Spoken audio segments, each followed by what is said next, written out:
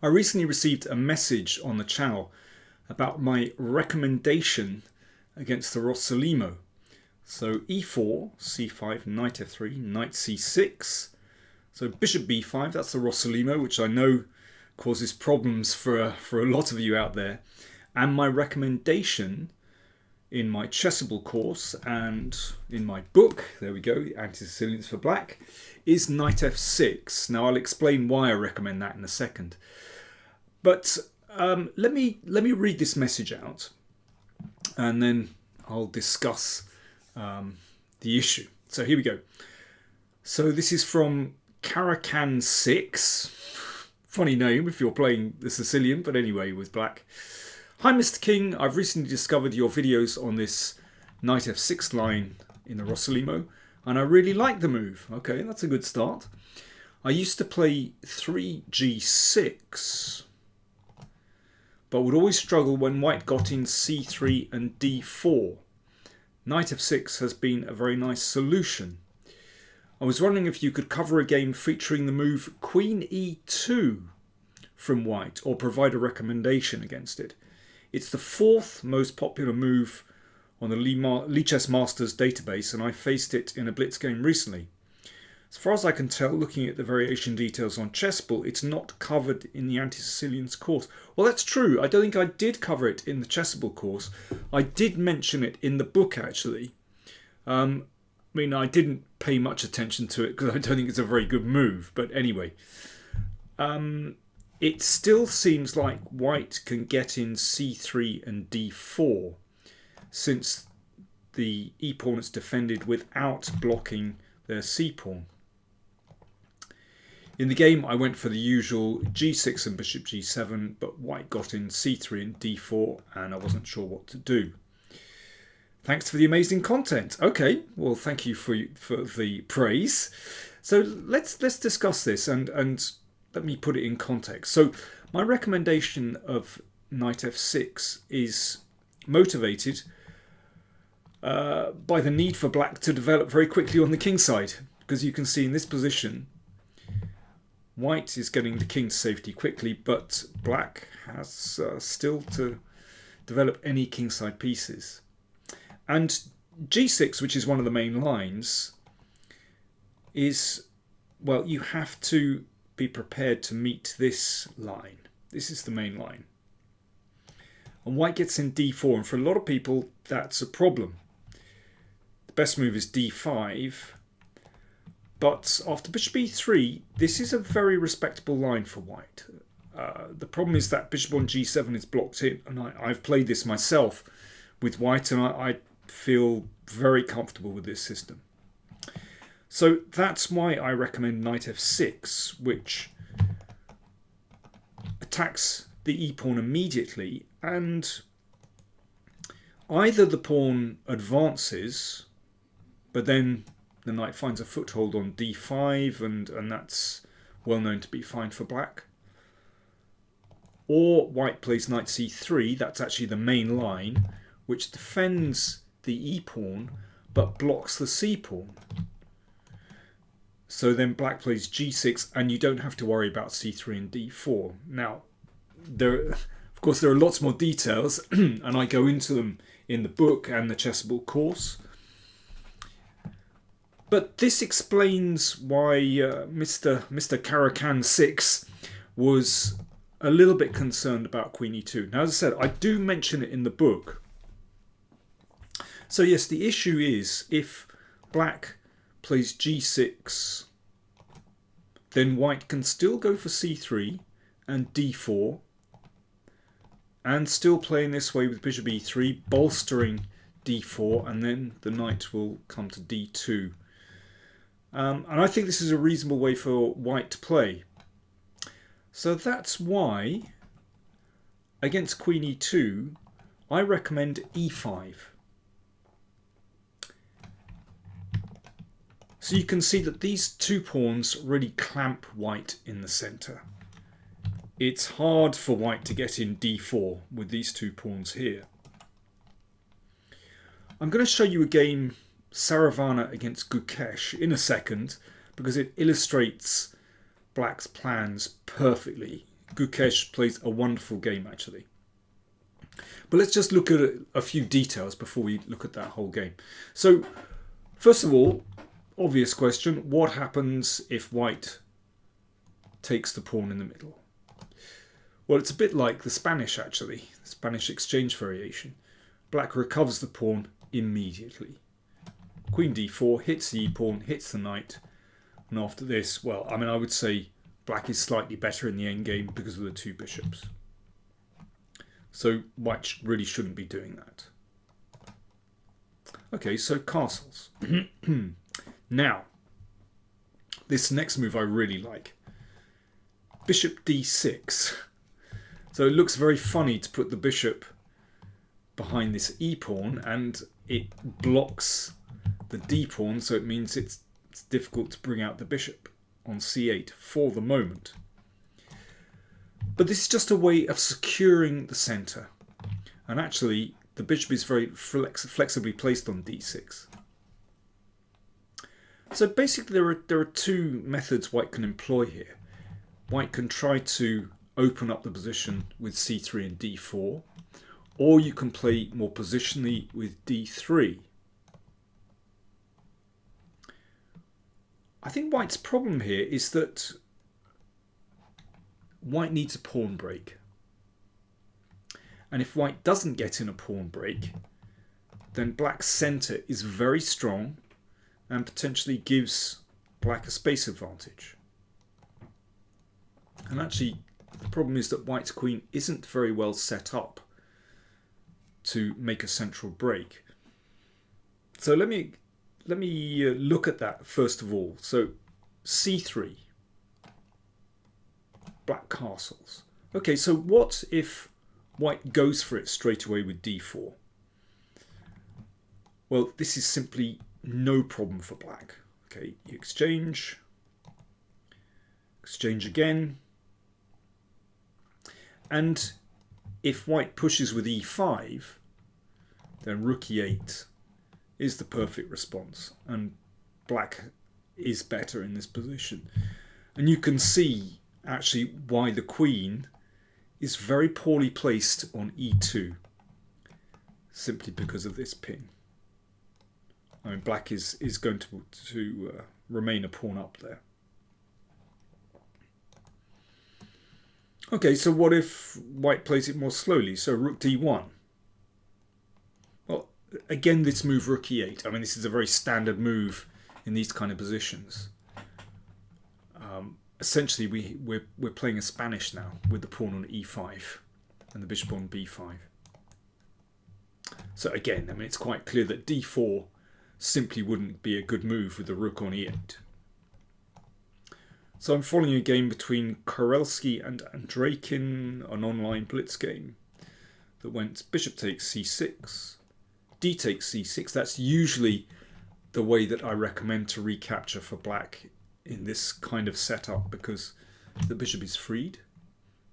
Now d4, again, it's just not working, because after this exchange on d4, then the e4 pawn hangs. So let's say h3. Well, that stops this pin, which could be annoying actually. So Andreikin played bishop c7. d3. I mean, white can't make the pawn break. Knight d7. Now, this is the classic maneuver in this kind of system. You see it so often. Basically, this knight wants to reach e6. Happens so often. Or indeed g6. But let's see what happens. So knight here, knight f8. Notice that black is not developing that bishop on c8. Not yet. There's no need to. In fact, it's beautifully placed on c8. And now Andreikin went knight g6. You could also play knight e6 here. Very similar. But knight g6 looks good. It's not blocking that bishop. And now he went in straight away to the outpost. So these are the key squares in this kind of position when you have pawns on e5 and c5. So this is exchanged off. And you can see already black has a very strong position. Two bishops, nice open lines here, here. Black has a clear advantage, I think. You can always ask your machine if you want to. So that's what happens if... Well, you can see that white really doesn't have a plan there. Okay, so what about if white plays more slowly? Let's say d3. And doesn't go for the d4 advance. Well, h6, I think that's a useful move because this pin with bishop g5 could be annoying once that bishop drops back to c7. So in this case, I think it's useful to play h6. I know I often criticize that move, but in this case, I think it's a good idea. Okay, let's say knight d2. Bishop c7. So this is, of course, the bishop is going to have to move again to free the d pawn, but that's no problem. It's a bit like the bad bishop bounce, actually. You know, the bishop can come out here sometimes. Knight c4. Castles. c3. Rook e8. Very important move, protecting this e-pawn. And then d5 is coming.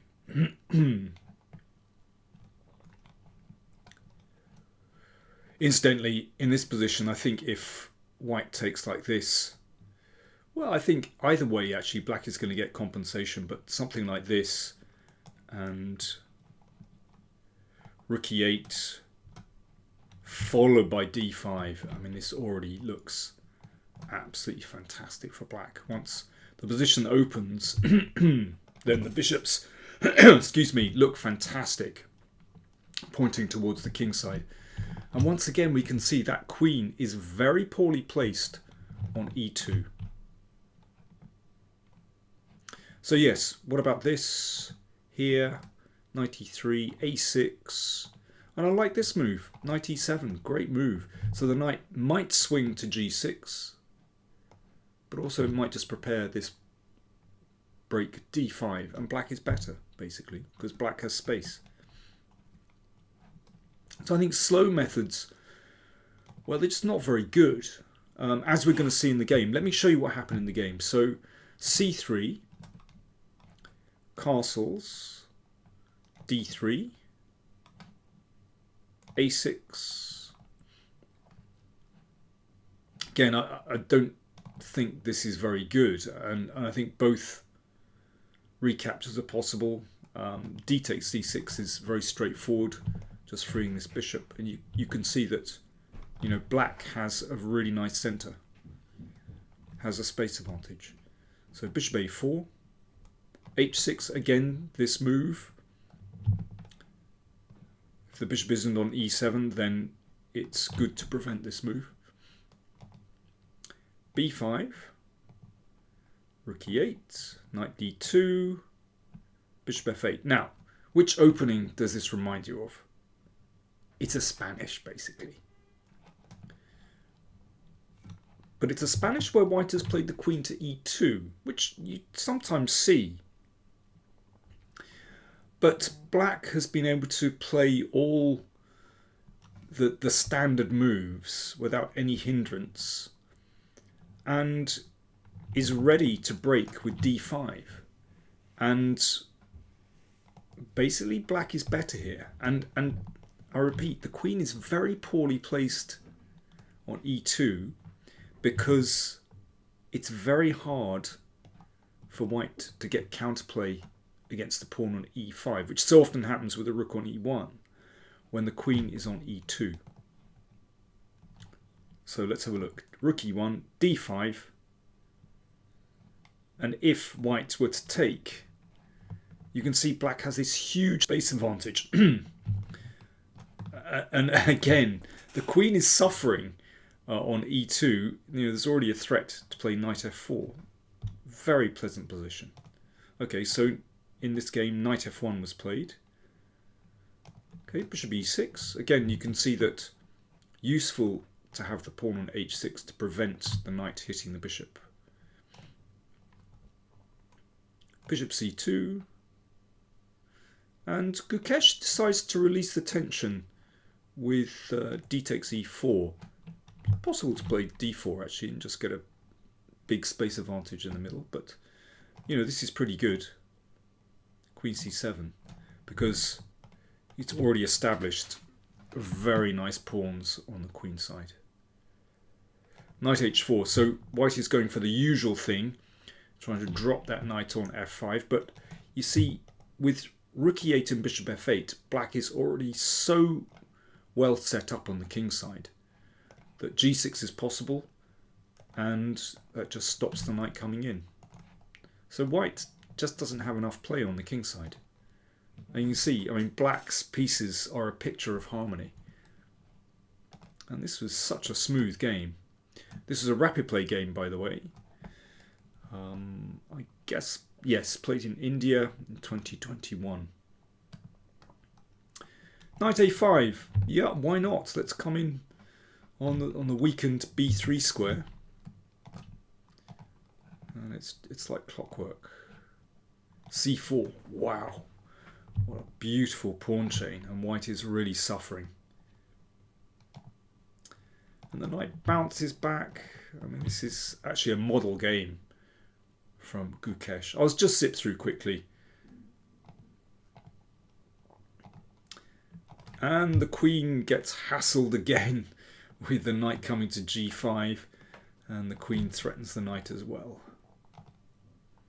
So that protects the knight. Knight f4. Yeah, wants to come in here. And of course, this isn't very good. g5 would win a piece. Exchange of pieces. Bishop d1. Knight f6. Knight hops back. Hitting this one. An exchange. Knight comes back again. It's ready to hassle the queen. And again, this is threatened. Knight hits these two. And that's game over, really. Well, it was a rapid play game, so I think white was just playing through inertia here. I may as well go to the end because it was such a splendid game by Gukesh.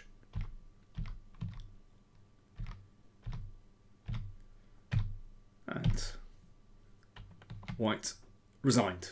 Yeah, I mean, that really is an absolute model game. And I love it that, you know, at the end we can see that black's pieces are still so harmoniously placed. This wonderful space advantage on the queen side. And it really stemmed from the opening. So I'm going to come all the way back. Queen e2. I think it's a slightly dubious move because after this, the queen is misplaced. Basically, black is playing a kind of Spanish, obviously the black side of a Spanish. But with the queen on e2, it's very hard to challenge black's pawns in the middle, these cramping pawns. So there we go. I hope that helps you the next time that you have to face queen e2. But really, I don't think black has any difficulties at all after e5. And remember, if you haven't got the book or the Chessable course, then I'll put the links down below. If you haven't got them, why not? Perfect Christmas present or New Year's present.